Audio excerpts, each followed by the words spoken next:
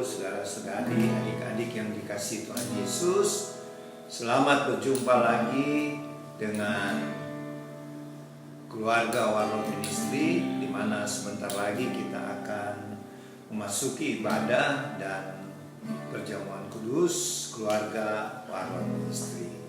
Jadi buat teman-teman Warlot, selamat mengikuti ibadah dan perjamuan kudus, dan marilah kita buka ibadah ini, kita fokus kepada Tuhan dan kita berdoa.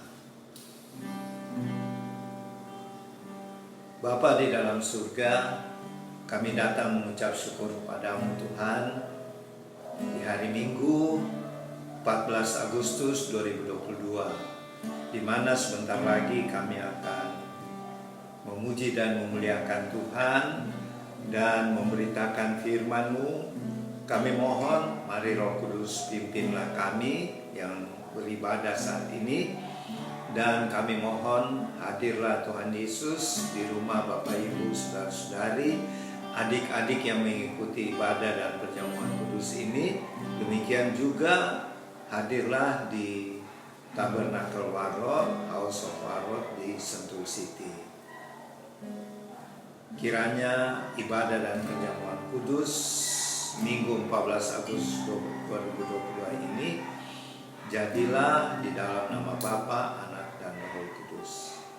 Terima kasih Bapa, di dalam nama Tuhan Yesus Kristus, Tuhan dan Juru Selamat kami yang telah mengajar kami berdoa bersama-sama.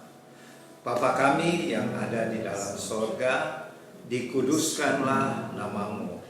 Datanglah kerajaan-Mu, jadilah kehendak-Mu di bumi seperti di sorga. Berikanlah kami pada hari ini makanan kami yang secukupnya, dan ampunilah kami akan segala kesalahan kami, seperti kami juga mengampuni orang-orang yang bersalah kepada kami. Dan janganlah membawa kami ke dalam pencobaan, tetapi lepaskanlah kami dari segala yang jahat. Karena Engkaulah yang mempunyai kerajaan dan kuasa dan kemuliaan sampai selama-lamanya, di dalam nama Tuhan Yesus. Haleluya. Amin.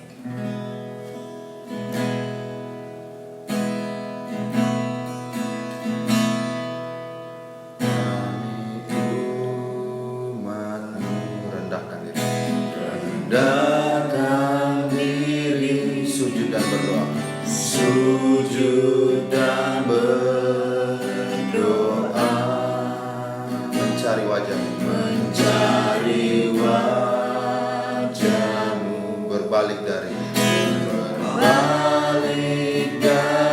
jalan kami yang jahat. Jalan kami yang jahat.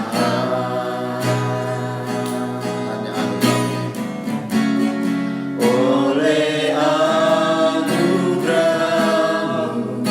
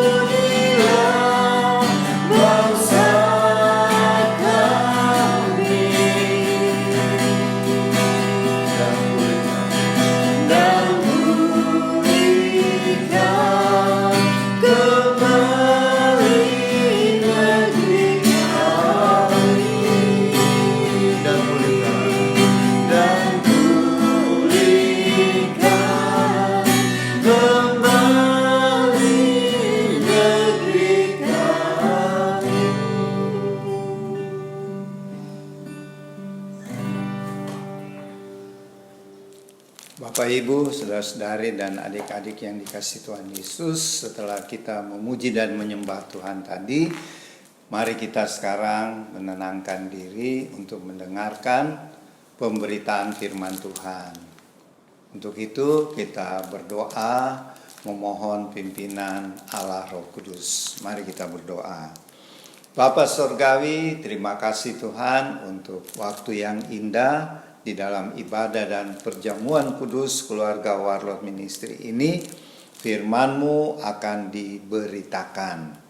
Pimpinlah hamba-Mu yang akan menyampaikan firman-Mu, dan pimpinlah kami semuanya Roh Kudus yang mendengarkan firman-Mu.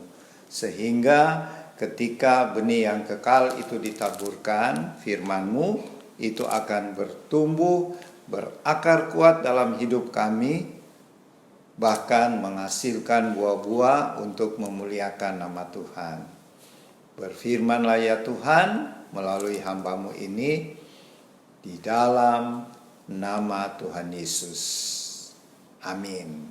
Firman Tuhan yang akan diberitakan dari Kitab Kisah Para Rasul, pasal 12, ayat 1 sampai 17. Kisah Para Rasul pasal 12 ayat 1 sampai 17.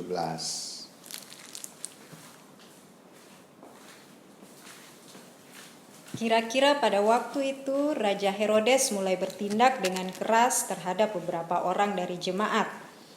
Ia menyuruh membunuh Yakobus, saudara Yohanes, dengan pedang. Ketika ia melihat bahwa hal itu menyenangkan hati orang Yahudi, ia melanjutkan perbuatannya itu dan menyuruh menahan Petrus. Waktu itu hari raya roti tidak beragi. Setelah Petrus ditangkap, Herodes menyuruh memenjarakannya di bawah penjagaan 4 regu, masing-masing terdiri dari 4 prajurit. Maksudnya ialah supaya sehabis Paskah ia menghadapkannya ke depan orang banyak. Demikianlah Petrus ditahan di dalam penjara, tetapi jemaat dengan tekun mendoakannya kepada Allah. Pada malam sebelum Herodes hendak menghadapkannya kepada orang banyak, Petrus tidur di antara 2 orang prajurit, terbelenggu dengan 2 rantai. Selain itu, prajurit-prajurit pengawal sedang berkawal di muka pintu. Tiba-tiba berdirilah seorang malaikat Tuhan dekat Petrus dan cahaya bersinar dalam ruang itu. Malaikat itu menepuk Petrus untuk membangunkannya, katanya, "Bangunlah segera." Maka gugurlah rantai itu dari tangan Petrus. Lalu kata malaikat itu kepadanya, "Ikatlah pinggangmu dan kenakanlah sepatumu." Ia pun berbuat demikian. Lalu malaikat itu berkata kepadanya, "Kenakanlah jubahmu dan ikutlah aku."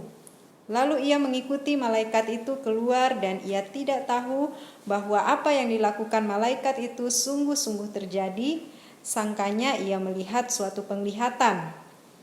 Setelah mereka melalui tempat kawal pertama dan tempat kawal kedua, sampailah mereka ke pintu gerbang besi yang menuju ke kota. Pintu itu terbuka dengan sendirinya bagi mereka. Sesudah tiba di luar, mereka berjalan sampai ke ujung jalan, dan tiba-tiba malaikat itu meninggalkan dia. Dan setelah sadar akan dirinya, Petrus berkata, "Sekarang tahulah aku benar-benar bahwa Tuhan telah menyuruh malaikatnya dan menyelamatkan aku dari tangan Herodes dan dari segala sesuatu yang diharapkan orang Yahudi." Dan setelah berpikir sebentar, pergilah ia ke rumah Maria, ibu Yohanes yang disebut juga Markus. Di situ banyak orang berkumpul dan berdoa. Dan ketika ia mengetuk pintu gerbang, datanglah seorang hamba perempuan bernama Rode untuk mengetahui siapa yang mengetuk itu. Ia terus mengenal suara Petrus, tetapi karena girangnya ia tidak membuka pintu gerbang itu dan segera masuk ke dalam untuk memberitahukan bahwa Petrus ada di depan pintu gerbang. Kata mereka kepada perempuan itu, "Engkau mengigau." Akan tetapi ia tetap mengatakan bahwa benar-benar demikian. Kata mereka, "Itu malaikatnya." Tetapi Petrus terus-menerus mengetuk, dan ketika mereka membuka pintu dan melihat dia, mereka tercengang-cengang. Tetapi Petrus memberi isyarat dengan tangannya supaya mereka diam, lalu ia menceritakan bagaimana Tuhan menuntunnya keluar dari penjara. Katanya, "Beritahukanlah hal ini kepada Yakobus dan saudara-saudara kita." Lalu ia keluar dan pergi ke tempat lain. Amin. Oke. Bapak Ibu, saudara-saudari dan adik-adik yang dikasihi Tuhan Yesus, pembacaan kita tadi tentang bagaimana Rasul Petrus, murid Tuhan Yesus ini ditangkap oleh Raja Herodes. Ini Raja Herodes Agripa I ya. Kalau Raja Herodes Agung yang pertama itu waktu zaman Tuhan Yesus lahir. Itu yang membunuh bayi-bayi di Bethlehem ya. Terus anaknya disebut Herodes Archelaus. Jadi Herodes Agripa ini cucu dari Herodes Agung ya. Dia mengejar orang-orang murid Tuhan Yesus, rasul-rasul untuk mengambil hati orang Yahudi. Karena Raja Herodes ini turunan dari Haman. Haman itu adalah yang waktu peristiwa Esther ya. Jadi dia dari keturunan lagi Raja Agag. Jadi bukan bangsa Yahudi ya. Jadi dia dari bangsa lain, bangsa Palestina yang diangkat oleh pemerintah Romawi untuk menjadi raja di Israel waktu itu. Tentu orang Israel tidak suka. Dan untuk mengambil hati orang Yahudi waktu itu, dia tahu mayoritas orang Yahudi tidak suka kepada pengikut-pengikut Tuhan Yesus. Dalam hal ini murid-murid Tuhan. Dan yang pertama dia bunuh, dia tangkap lalu dia bunuh. Dan kalau menurut cerita setelah dibunuh dia dibuang dari atas bait Allah. Jadi waduh ngeri sekali ya. Ini Yakobus ini saudaranya Yohanes yang penulis kitab Injil Yohanes. Yang Yohanes di Pulau Patmos yang menulis Wahyu. Ini kakak adik Yakobus ini. Yakobus inilah yang menjadi martir pertama dari 12 murid. Ada martir sebelumnya Stefanus tapi bukan dari 12 murid ya. Murid Tuhan Yesus juga tapi bukan masuk di kelompok 12 murid. Nah, setelah Yakobus dibunuh, Herodes suruh mengejar lagi murid-murid yang lain dan yang tertangkap Petrus. Rasul Petrus ditangkap, dimasukkan ke penjaranya di istana Herodes. Dan dia rencana lagi akan bunuh, tetapi karena hari Paskah sudah dekat, dia tangguhkan dulu nanti setelah Paskah. Jadi Bapak Ibu Saudara-saudari, sambil menunggu Paskah lewat, Rasul Petrus dimasukkan dalam penjara dan dijaga ketat. Ditulis tadi ada 4 regu yang menjaga. Jadi dalam satu hari itu ada 4 regu yang menjaga Petrus. Dan setiap regu ada 4 prajurit ya. Tapi itu bukan prajurit Roma ya. Itu prajurit dari tentaranya Herodes. Tentara kerajaan di Herodes ya. Jadi ketika besoknya, jadi sudah lewat dulu hari Paskah, besoknya Petrus mau diadili oleh Herodes Agripa ini supaya rakyat Yahudi tambah suka sama dia.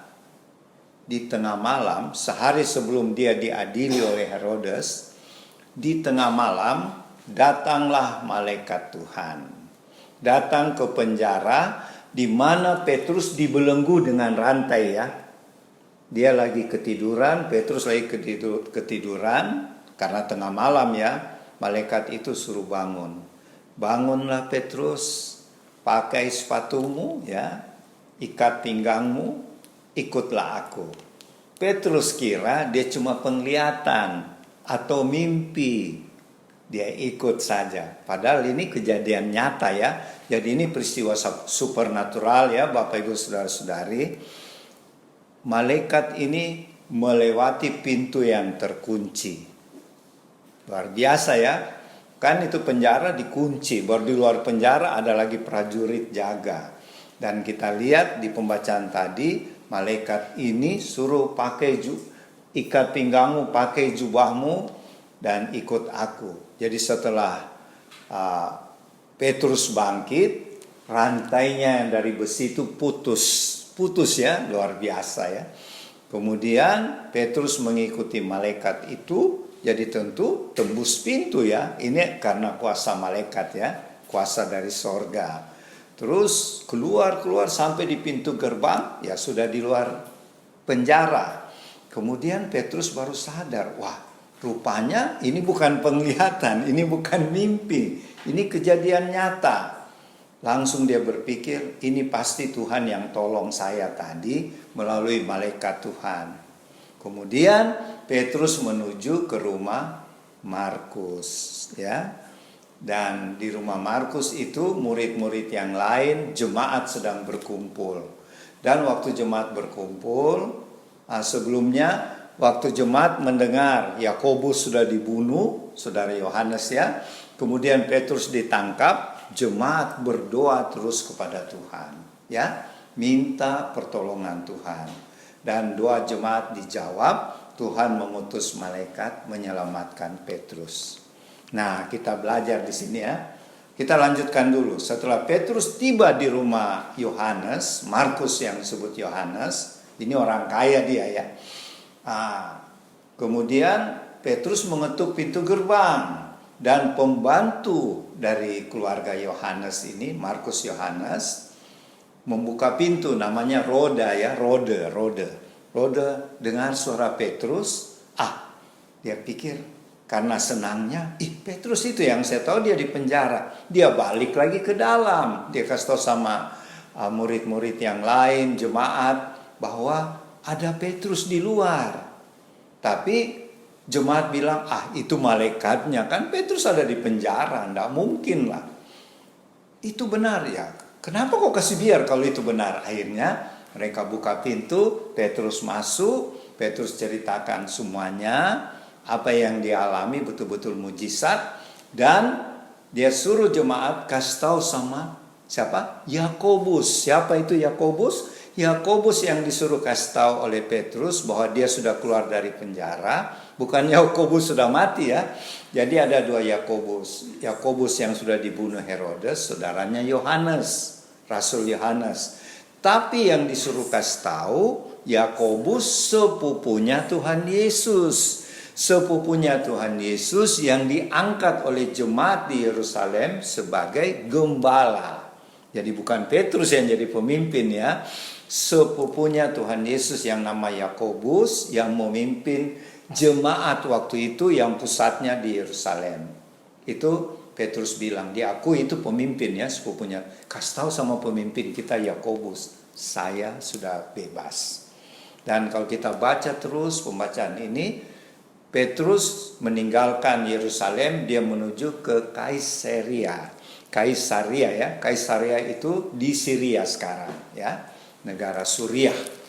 Nah, Bapak Ibu saudara-saudari, dari kisah supernatural ini, pembebasan Tuhan atas Petrus, kita belajar beberapa hal ya. Pertama, marilah warlot kita tetap setia, taat dan sabar serta rajin melayani Tuhan, memberitakan Injil Kerajaan Kristus dengan sukacita, tidak takut-takut, tidak ragu-ragu, dan tidak usah takut oleh tekanan apapun, ancaman apapun. Sebab kita lihat, meskipun murid-murid pada waktu itu diancam oleh Herodes, mau dibunuh, dipenjarakan, tetapi ada tangan Tuhan yang menolong. Tapi kalau ada pertanyaan, kenapa Yakobus dibiarkan mati? Itu rahasia Tuhan ya.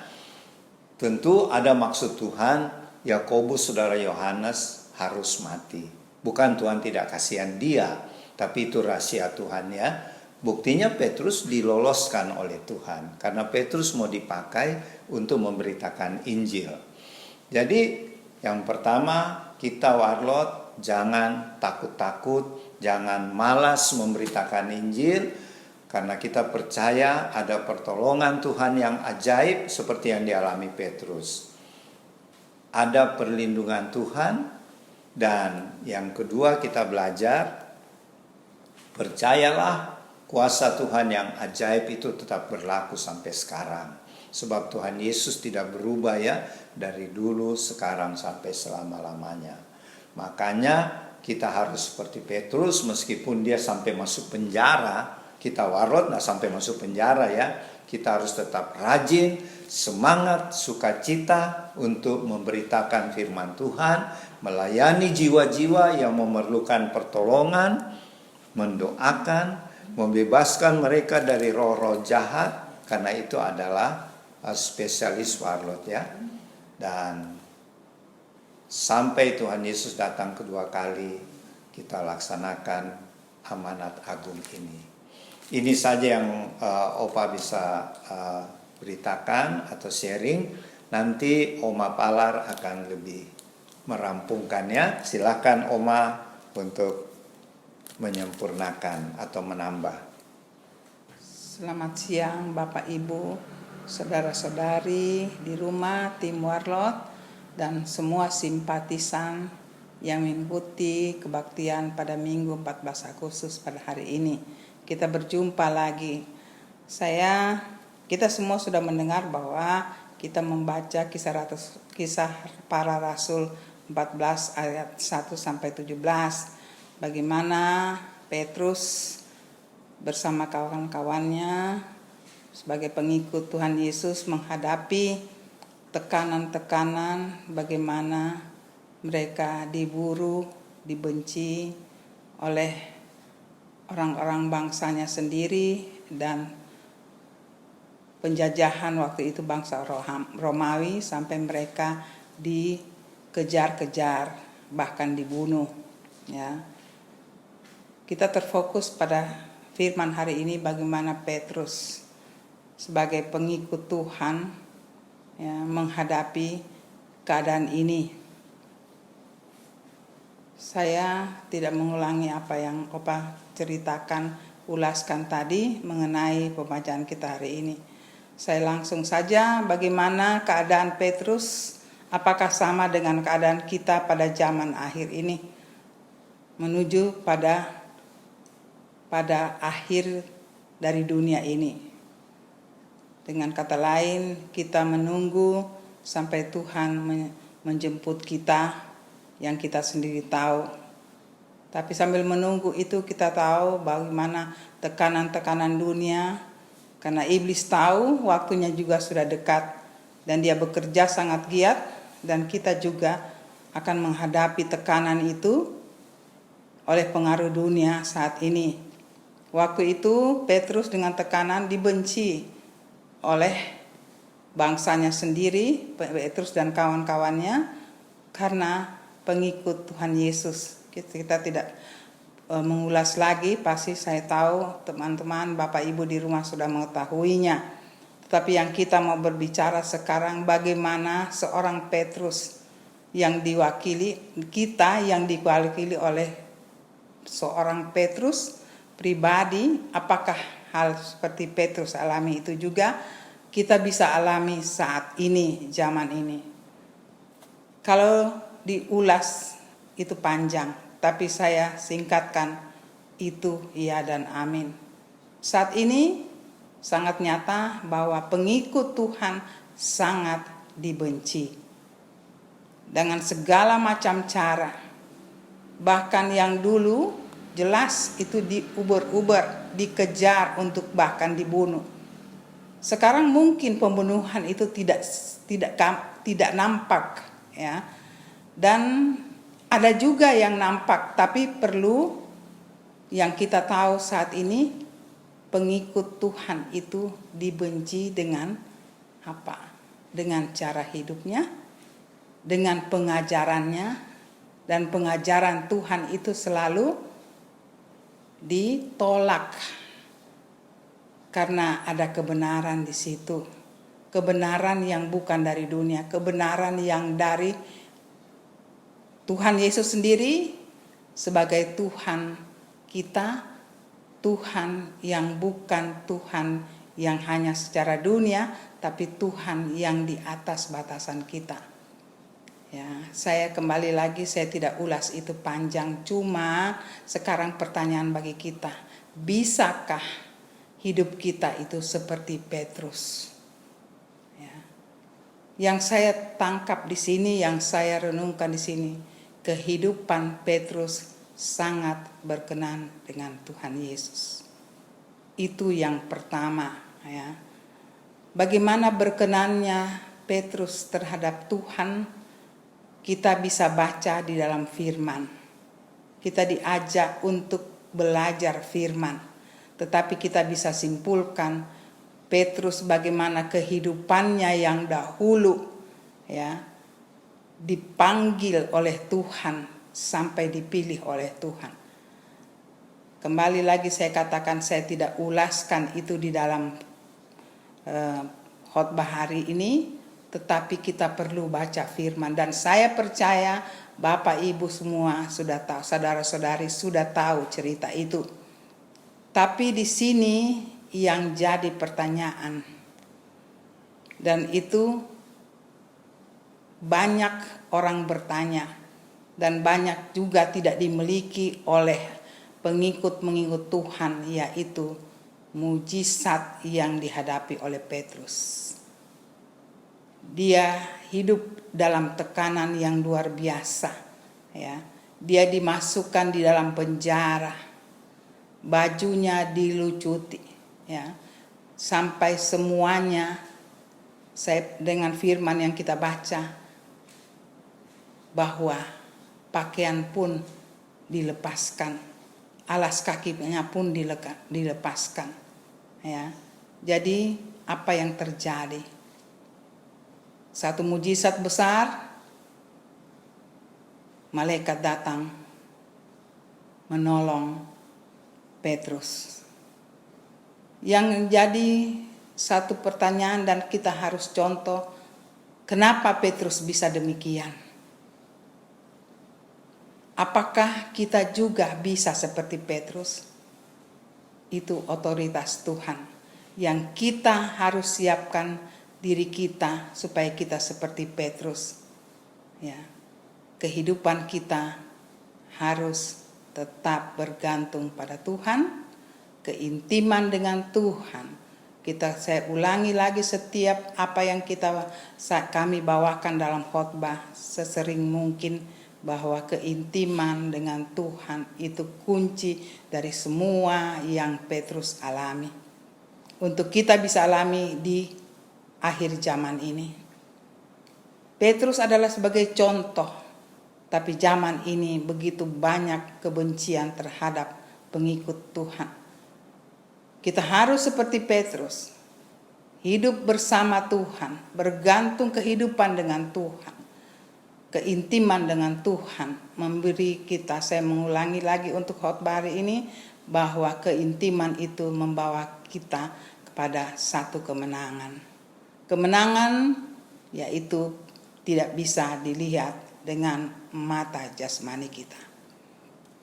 Tapi yang bisa kita rasakan kemenangan hanya kita sendiri yang dekat dengan Tuhan, yaitu ketenangan, damai sejahtera untuk menghadapi kehidupan tekanan yang dialami oleh Petrus. Dia ikut saja apa yang dia sudah lakukan, masuk dalam pekabaran Injil. Begitu banyak tekanan yang luar biasa, tapi Tuhan memberikan dia damai sejahtera, ketaatan pada apa yang Tuhan, saya percaya apa yang Tuhan sudah berbicara dengan Petrus, itu yang dia lakukan. Kalau saya simpulkan di sini, itu adalah bagian dari ministry kami, yaitu masa Allah supernatural. Itu yang dialami oleh Petrus, seperti yang Opa katakan tadi. Supernatural, kita berada bersama Tuhan yang supernatural itu. Di saat kita berada di keadaan itu, apapun yang kita lihat dengan mata jasmani kita, itu penderitaan yang luar biasa. Tapi Petrus menghadapinya dengan ketenangan. Kita pun harus demikian. Begitu banyak kita lihat contoh-contoh kesaksian. bagaimana anak-anak Tuhan, kelompok-kelompok gereja, ya, kelompok doa, tekanan tidak seperti tidak kelihatan, tetapi kita rasakan. Saya tidak ulas itu satu persatu, tapi mari cara hidup Petrus yang menjadi contoh bagi kita, untuk kita dekat pada Tuhan, intim dengan Tuhan, maka kita tidak merasakan penderitaan dunia ini.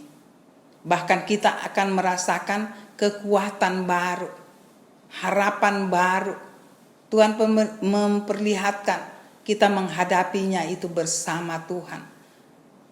Petrus pun tidak melihat Tuhan, tapi hatinya adalah hati Tuhan. Dia ikut dan taat saja. Saya percaya kehidupan Petrus adalah Tuhan. Tuhan mewakili dia dalam tubuhnya, dan tubuhnya itu bukan Petrus lagi. Tidak ada pemberontakan di situ, dia taat saja. Tapi dia merasakan kemenangan itu waktu Tuhan Yesus dengan tangannya sendiri, dengan diwakili oleh malaikat di dalam cerita ini, bahwa Petrus dibawa keluar dari penjara tanpa dia sadari. Itulah supernatural, ya. Sampai waktu dia pergi ke rumah Ibu Maria, ya, sampai mengutuk pintu pun banyak yang tidak menduga, bahwa teman-temannya tidak menduga bahwa itu adalah Petrus. Karena apa? Mereka berkumpul untuk mendoakan Petrus. Sekarang jadi contoh, kalau ada kawan seiman kita ada di dalam penderitaan, mari kita saling mendoakan. Itu contoh yang kedua. Anak-anak Tuhan tetap harus hidup di dalam persekutuan, ya, antara anak Tuhan. Mungkin di situ keluarga, mungkin di situ antar anggota gereja, tapi yang penting anak-anak Tuhan. Apakah kita sudah ada di dalam satu kelompok doa, satu kelompok persekutuan anak-anak Tuhan? Karena Tuhan sendiri katakan di dalam firman-Nya bahwa jangan kamu jauhkan dirimu dari persekutuan dengan anak-anak Tuhan. Karena di dalam persekutuan itu kita bertumbuh dalam iman, kita kesatuan hati. Tuhan sangat rindu demikian. Karena waktu doa dinaikkan, 2-3 orang berkumpul, Tuhan sarankan itu di dalam firman, aku mendengar doamu. Ini bukan 2-3 orang lagi. Mereka kelompok yang tahu Petrus, maka terjadilah mujizat supernatural. Bahwa Petrus terlepas dari penjara oleh tangan Tuhan sendiri. Saya percaya zaman itu ada juga di zaman sekarang. Begitu banyak, ya. Saya cuma mengatakan, tapi saya percaya Bapak Ibu saudara-saudari tahu begitu banyak kesaksian di dalam hidup anak-anak Tuhan. Kita ditekan, tapi kita tidak merasakan itu.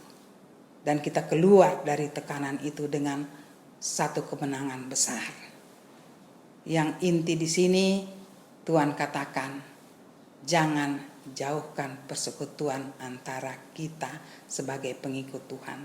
Di situ akan ada mujizat besar seperti Petrus, karena doa sampai dia dilepaskan. Dia juga mengalami satu mujizat yang tidak dia duga sama sekali. Dan dia heran, waktu dia heran itu dia sudah ada di luar penjara. Apakah Bapak Ibu saudara-saudari di rumah pernah mengalami demikian?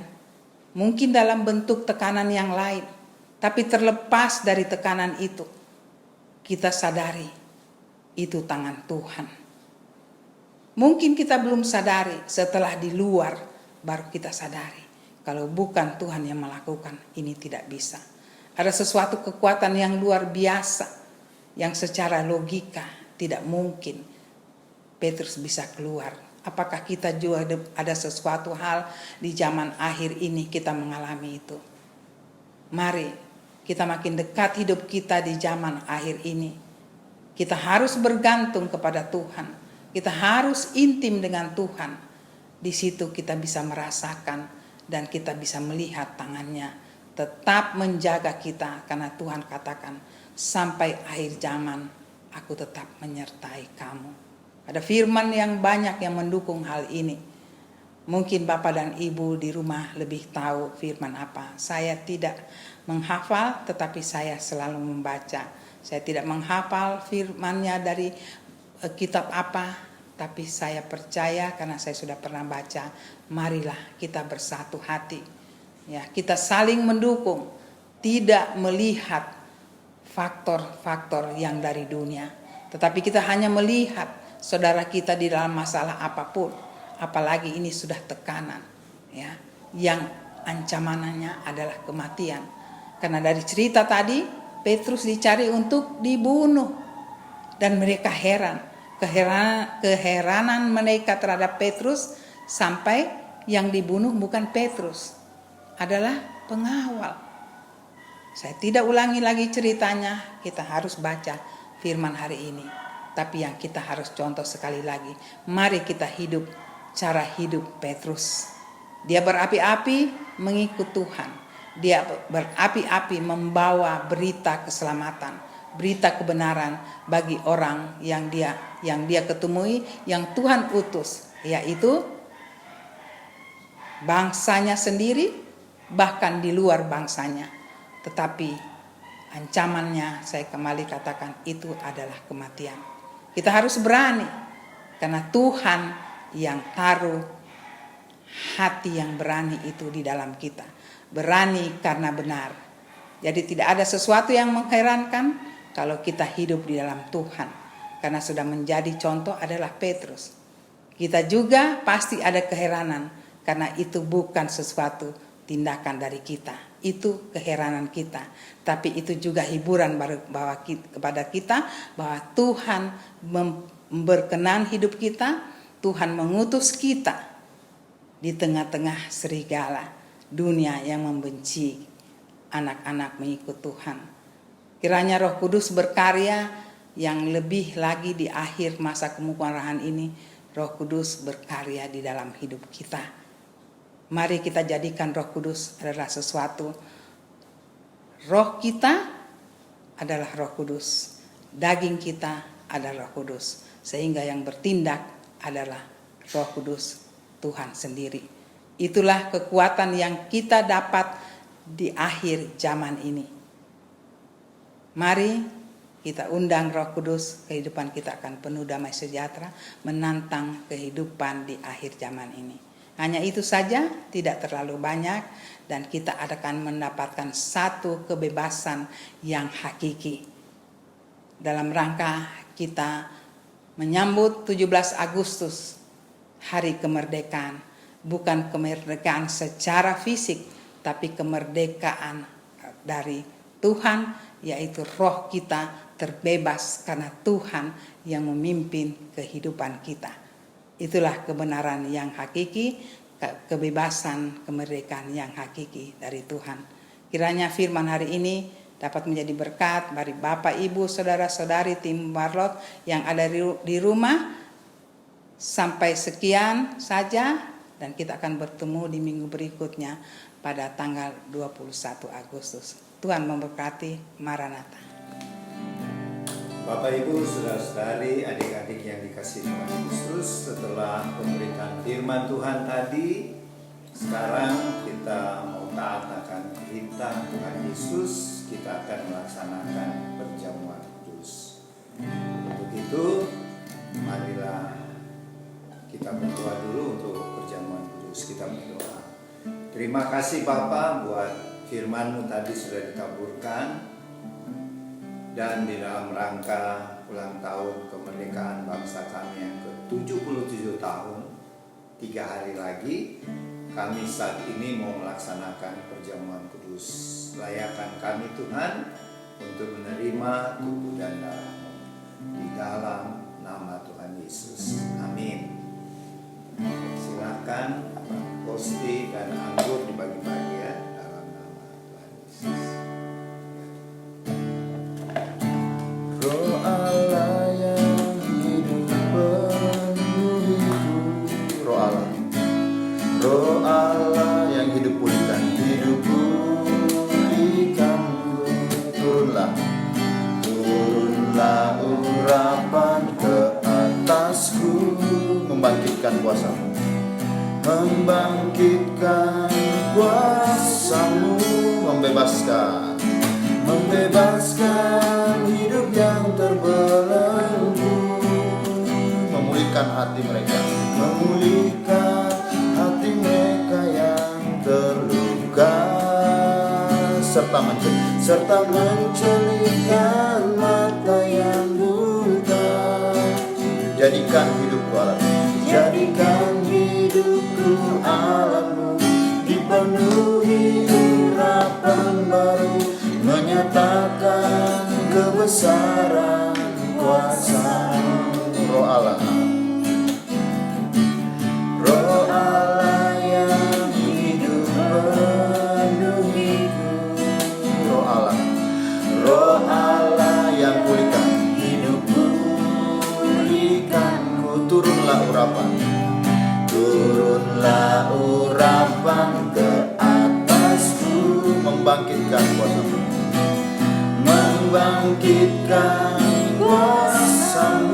membebaskan hidup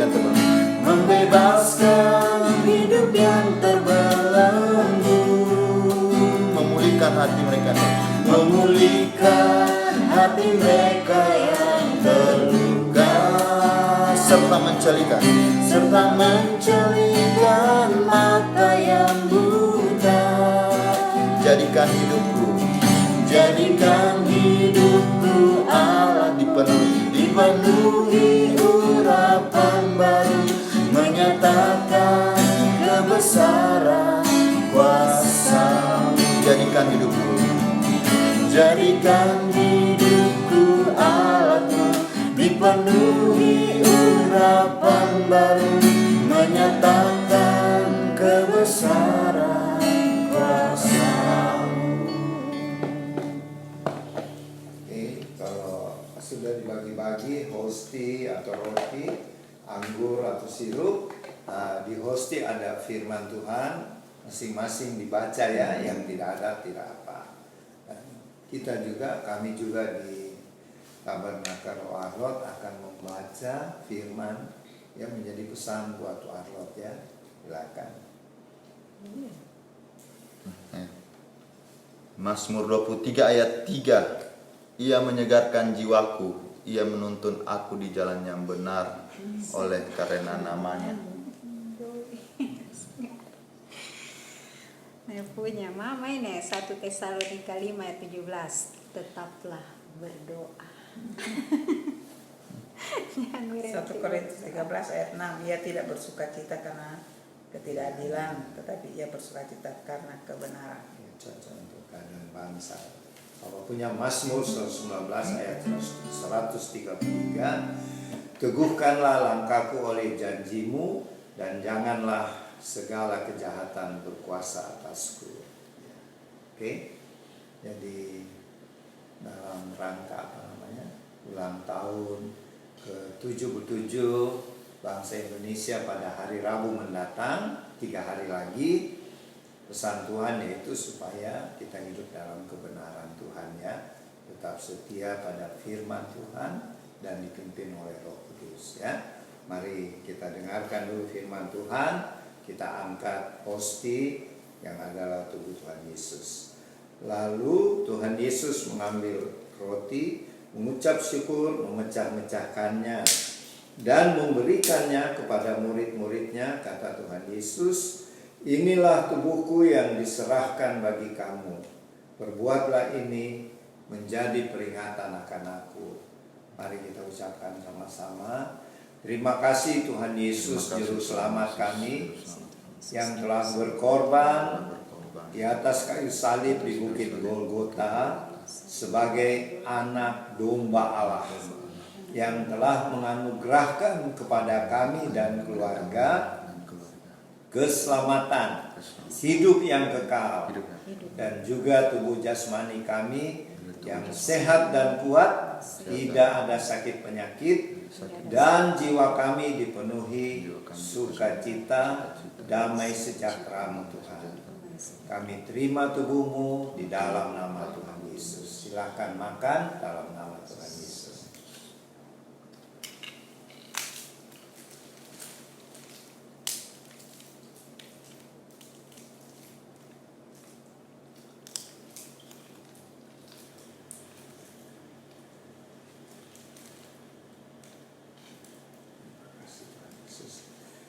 Kita angkat cawan perjamuan, firman Tuhan berkata, demikian juga dibuat Tuhan Yesus dengan cawan sesudah makan. Tuhan Yesus berkata, cawan ini adalah perjanjian baru oleh darahku yang ditumpahkan bagi kamu. Mari kita ucapkan sama-sama. Terima kasih Tuhan Yesus buat darahmu yang suci telah tercurah di kayu salib di Bukit Kalvari. Darahmu yang suci sudah memeteraikan kami menjadi warga-warga kerajaanmu, menjadi duta-duta kerajaanmu yang diutus untuk memberitakan Injil kerajaanmu, untuk memenangkan jiwa-jiwa bagi Tuhan Yesus dengan kami memakai hikmat dan kuat kuasa Roh Kudus dan memakai segala penyediaan-Mu. Kami terima darah-Mu Tuhan di dalam nama Tuhan Yesus. Silakan minum dalam nama Tuhan Yesus.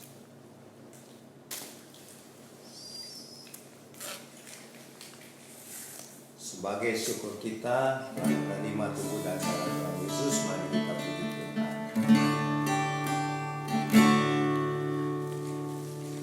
Membebaskan hidup yang terbelenggu,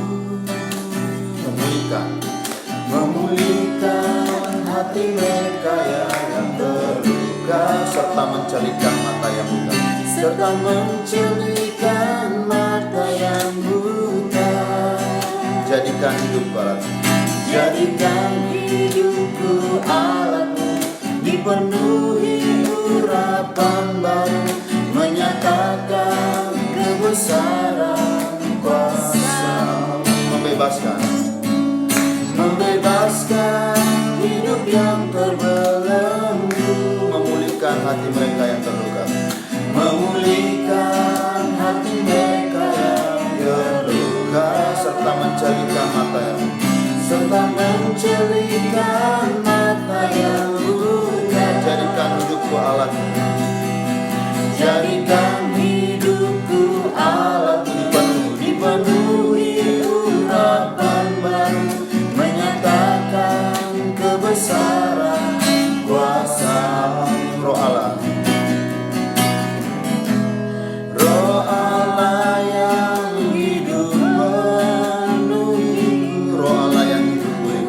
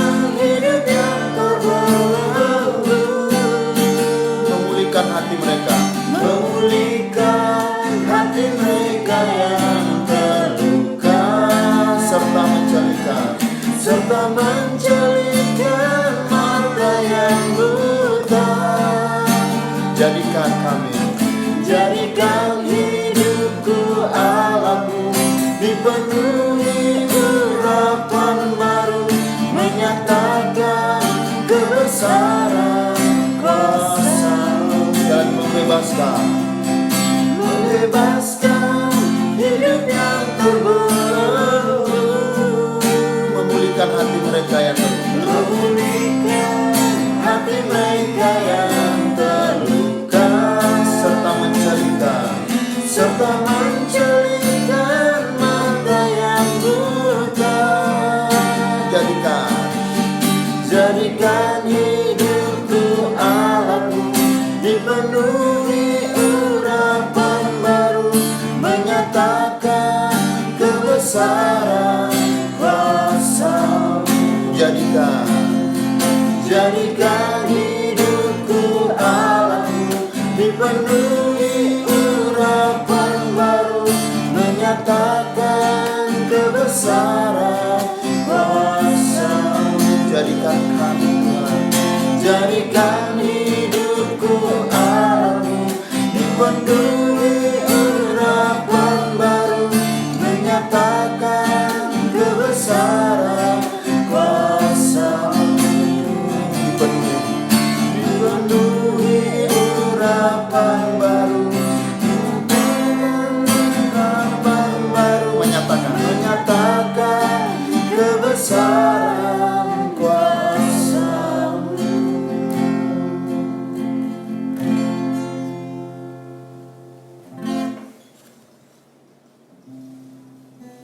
Bapa, terima kasih. Kiranya puji-pujian kami dan syukur kami berkenan kepadamu di dalam rangka kami umat-Mu yang akan menyambut perayaan ke-77 tahun 3 hari lagi dalam rangka kemerdekaan bangsa kami. Terima kasih Tuhan untuk penyertaan Tuhan sejak bangsa kami berdiri di 17 Agustus 1945 yang lalu, 77 tahun yang lalu, dan bangsa kami tetap eksis, tetap berdiri karena kasih setia Tuhan, kemurahan Tuhan memimpin bangsa kami, meskipun saat ini bangsa kami banyak terjadi gejolak permasalahan. Dan oleh kemurahan-Mu Tuhan, semua permasalahan di bangsa kami dapat terselesaikan dengan baik. Terima kasih Tuhan, kami doakan pemimpin bangsa kami, berkatilah Bapak Presiden Joko Widodo sekeluarga, berkatilah Wakil Presiden Bapak Ma'ruf Amin sekeluarga, dan semua aparatur pemerintahan bangsa kami, baik yang bertugas di militer, di kepolisian, di bidang hukum dan sipil. Tuhan kiranya memberkati semua pejabat-pejabat pemerintah kami, baik yang bertugas di pusat Jakarta sampai ke pelosok-pelosok desa. Kiranya Tuhan curahkan roh takut akan Tuhan, roh hikmat dan kebersihan di dalam memimpin bangsa kami, di dalam arti pemerintahan yang bersih, yang adil, karena hikmat dan kuasa Tuhan turun atas pemimpin-pemimpin bangsa kami. Terima kasih Tuhan, sehingga memasuki usia ke-77 tahun bangsa kami bisa bersinar, memancarkan terang kemuliaan Tuhan, sehingga bisa menjadi teladan bagi bangsa-bangsa lain. Dan pakailah kami Warlot dan keluarga-keluarga kami untuk memberitakan kebenaran firman-Mu di bangsa kami, menjalankan amanat agung, sehingga kebenaran dari Tuhan akan bersinar melalui pelayanan dan kesaksian Warlot, dan banyak jiwa-jiwa yang dimenangkan bagi Tuhan Yesus, dan banyak jiwa-jiwa yang akan berkurang ke neraka. Terima kasih Tuhan, berkatilah Bapak Ibu saudara-saudari yang mengikuti ibadah pada saat ini dan perjamuan kudus keluarga Warlot. Berkati Bapak Ibu dalam pekerjaan, dalam bisnis yang Tuhan percayakan, sehingga akan bertambah maju di dalam karir dan juga di dalam bisnis semakin meningkat meskipun masih dalam masa-masa endemi COVID-19. Tuhan berkati juga anak-anak kami, cucu-cucu kami dalam pendidikan, dan saudara-saudara kami yang masih dalam pendidikan baik di tingkat dasar, menengah maupun di perguruan tinggi. Karuniakanlah kepandaian yang lebih Tuhan, sehingga anak-anak kami, saudara-saudara kami akan berhasil dalam studi dan cita-cita mereka. Terima kasih Tuhan bagi saudara-saudara kami, Bapak Ibu yang berbahagia karena mengalami menerima anugerah Tuhan hari ulang tahun. Kiranya Tuhan menyempurnakan sukacita mereka dan mengaruniakan panjang umur dan terus maju meningkat, baik di dalam kerohanian, di dalam pelayanan maupun di dalam kehidupan pribadi. Dan bagi yang berbahagia karena karirnya meningkat, bisnisnya bertambah maju, Tuhan kiranya tetap memberkati dan kiranya ucapan syukur dinaikkan oleh Bapak Ibu saudara-saudari yang berhasil. Dan buat teman-teman atau saudara-saudara kami yang mengalami permasalahan, Tuhan tolong untuk memberikan solusi jalan keluar dari masalah mereka. Dan bagi yang menderita sakit, kiranya bilur-bilur Tuhan Yesus memberikan kesembuhan penyakit apapun yang sedang diderita saat ini. Terima kasih Tuhan bagi semua anggota Warlot dan keluarga. Ingatkanlah kami Tuhan bahwa kedatangan Tuhan Yesus yang kedua kali sudah semakin dekat, sehingga kami harus sungguh-sungguh melayani dan bersaksi tentang kasih setia Tuhan, keselamatan dari Tuhan Yesus, sehingga banyak jiwa-jiwa yang dimenangkan. Terima kasih Tuhan, terima kasih. Inilah doa syukur kami, permohonan kami, dan sebelum kami mengakhiri ibadah dan perjamuan kudus keluarga Warlot pada saat ini, kami mau memohonkan berkat dari Tuhan.